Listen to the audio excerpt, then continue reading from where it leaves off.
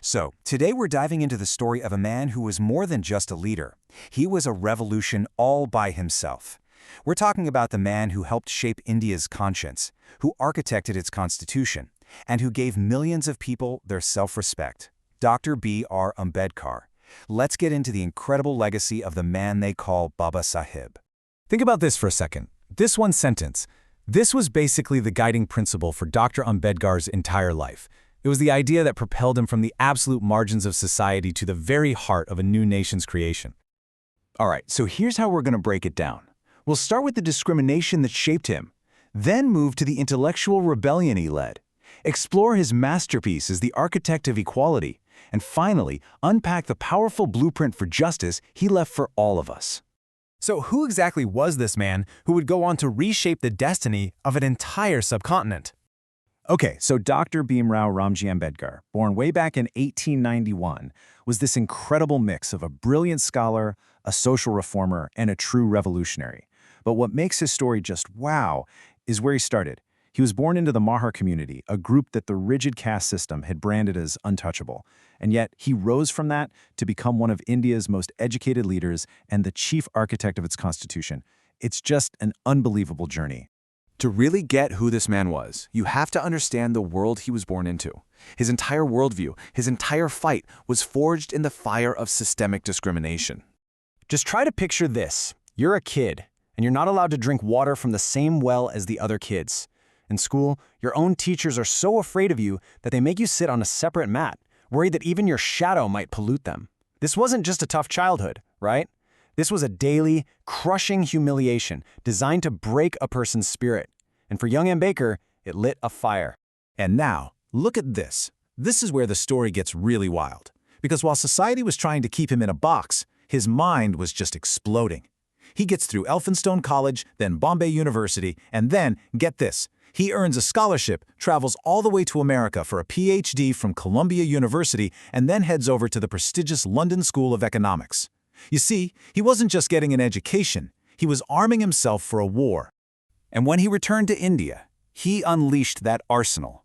He turned all that knowledge into action. This is where the scholar truly becomes the rebel. In 1936, he wrote this speech, which he called Annihilation of Caste.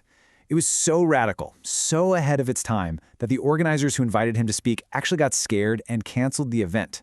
But did that stop him? No way. He published it himself, and it landed like a bombshell.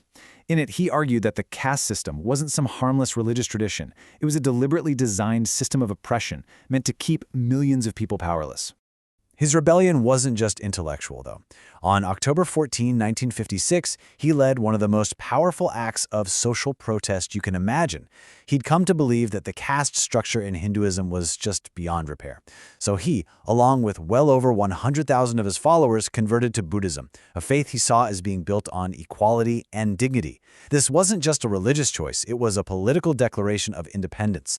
And all of this, his education, his personal struggles, his rebellion, it was all leading to the single greatest task of his life, crafting the conscience of a brand new nation. So when India finally gained its independence, it had this monumental job: write a constitution for a massively diverse and deeply unequal country. The person they chose to lead the drafting committee was Dr. Ambedkar. The result?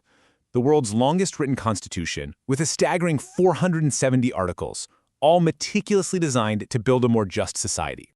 And you can see his direct impact right here. He was the one who enshrined fundamental rights for every single citizen. He introduced Article 17, which legally abolished untouchability, making a dehumanizing practice that had lasted for centuries illegal for the very first time. He embedded the principle of absolute equality before the law, a radical idea in a society built on hierarchy. And he championed reservations, a system to make sure communities locked out of power for millennia would finally get a voice.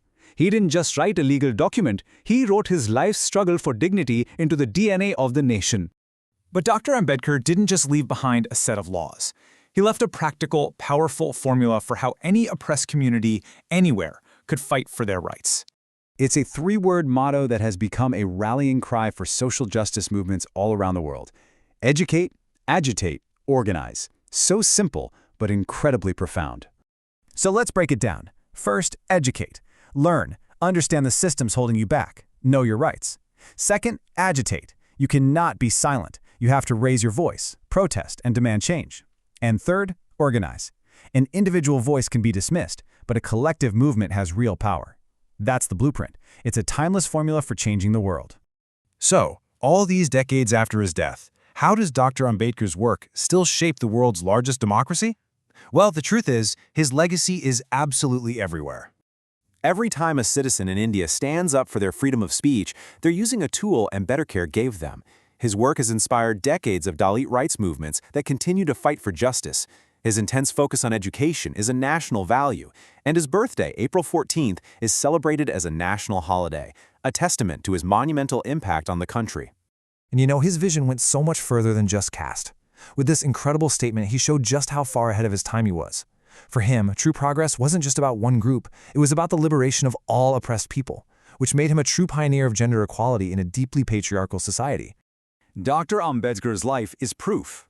It's proof that one person's refusal to accept injustice can reshape a nation. He transformed himself from a victim of discrimination into an architect of freedom.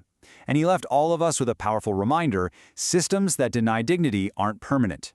They can be changed, and they must be changed. So that leaves us with a final thought. In a world still grappling with so much inequality, how is his blueprint to educate, agitate, and organize more relevant now than ever?